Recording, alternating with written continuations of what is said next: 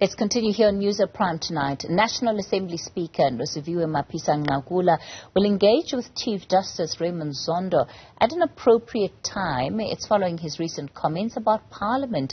He expressed doubt that MPs could prevent another incident of a Gupta-styled state capture. We're joined now by the UDM Chief Whip, Nqabayomzi, Kwankwa. Good evening to you. Thank you so much for your time tonight, sir. Firstly, when it comes to the comments that were made by the Chief Justice Raymond Zondo, a lot of South Africans seemed to agree with him because Parliament often is found on the back foot when it comes to accountability and in particular holding the executive to account. The position of the UDM? No, we agree entirely with Chief Justice Raymond Zondo. But the good thing about his remarks is that he did not actually tie everyone with the same brush. He understood and recognized the role that some of us sitting in the opposition have played. For example, if you look at the numerous motions of no confidence that we moved against President Zuma, all those in the opposition, they voted in favor because we could see what was happening in the country.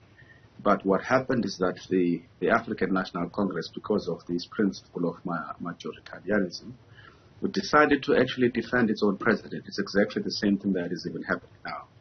I cautioned the country as far back as 2014, saying we are dealing with our nation's challenges less according to national interest and more according to narrow partisan interests, and mostly according to the primitive doctrine that might is right.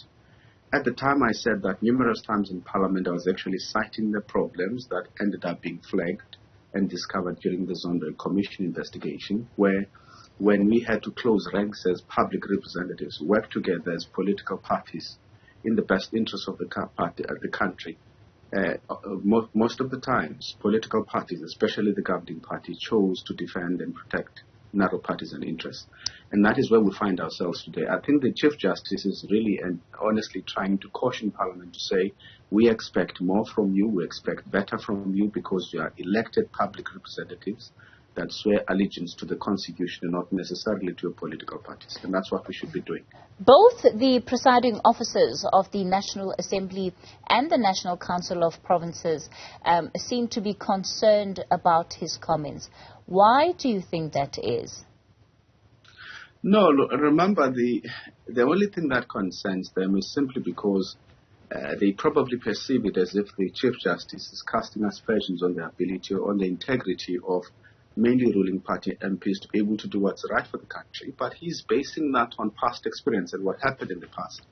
There is evidence. I mean, how many motions of no confidence did we try to file and move against President Zuma? Probably more than 10. How many of those succeeded? 0. Why? Because it's narrow partisan interest. Now, if we don't change, if there's no paradigm shift in our politics, that's what the Chief Justice is saying, we're going to get more of the same. It's almost like we are going to do exactly the same thing and expect a different outcome. I think people call that stupidity. If it's not Albert Einstein, I think. That's the problem, is that we need to have a different caliber of leaders that's going to be able to rise above narrow partisan interests in order to take the country out of the current challenges it finds itself. Do you think that this will add a different dynamic to Parliament, and in particular, at least for the presiding officers, around the decisions that they are going to have to continue to make over President Cyril Ramaphosa and what has been a contentious issue of the Palapala farm robbery? Well, the ANC is continuing with what it used to do and what it did under President Zuma, even with respect to this Palapala saga, or Mbalambala saga, as some people have decided to call it.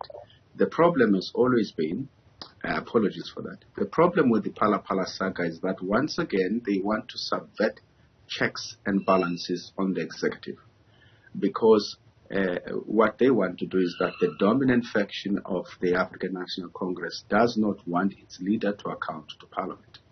It's exactly the same thing that happened under President Zuma.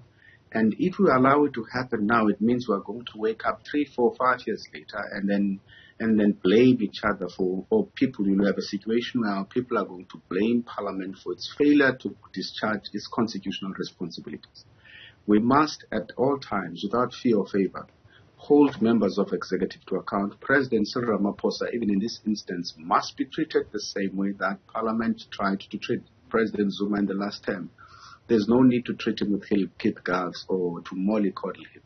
We must hold him to account so that he answers for the actions and the programs of his government, including his missteps, some of his missteps, which include the Palapala issue. All right, UDM Chief Whip Nqabayomzi Kwankwa will leave it there for tonight.